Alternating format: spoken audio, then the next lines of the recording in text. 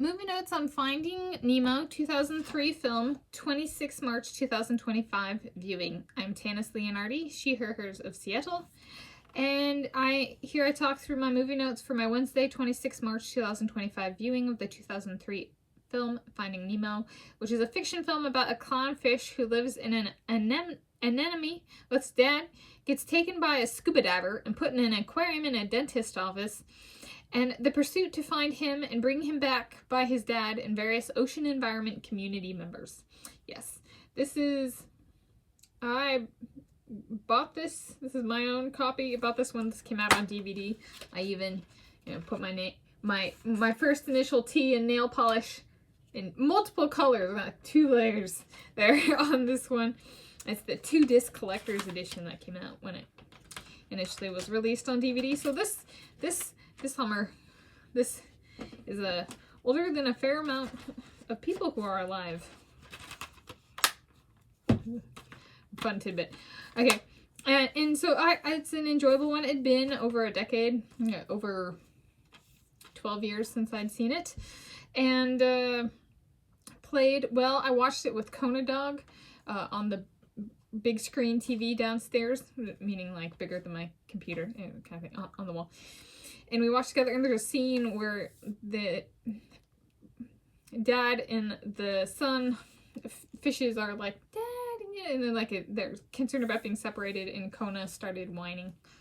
So he's like, which I thought was very cute. He was paying attention the whole time. He loved it. I loved it. I own it. I've watched it a number of times. I think it's excellent in humor and in pacing.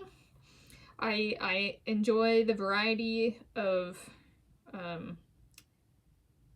ocean environment organisms included, and I think, yeah, it's a good one, and it covers a lot of like fun trivia without feeling like I'm being overloaded in the brain. So there we go. And I'd say in watching it, there's a scene where there's a fishing net and it gets these fish, and Nemo is with his dad, and he wants to show the dad that he's learned something, and he knows what to do to get the fish out of the net, 'cause the net's being taken for a fisher boat. All that seafood they eat, kind of thing. I'm not a big seafood eater myself. But the scene, Nemo tells the fish to swim down, and I decided to highlight that one here because I have speckled skin, multicolored skin.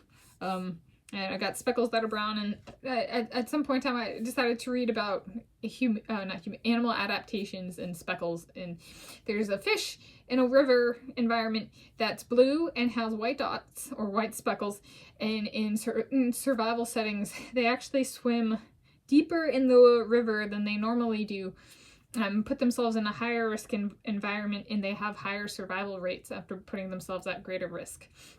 And they found that was more true for females than males, and I'm Tanis Leonhardi, she, her, hers of Seattle.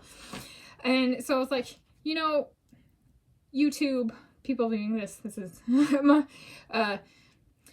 if you think YouTube's being harsh or doing stuff you really don't like, maybe what YouTube is doing is, maybe YouTube is going swim down. Not pull down or look down, but swim down.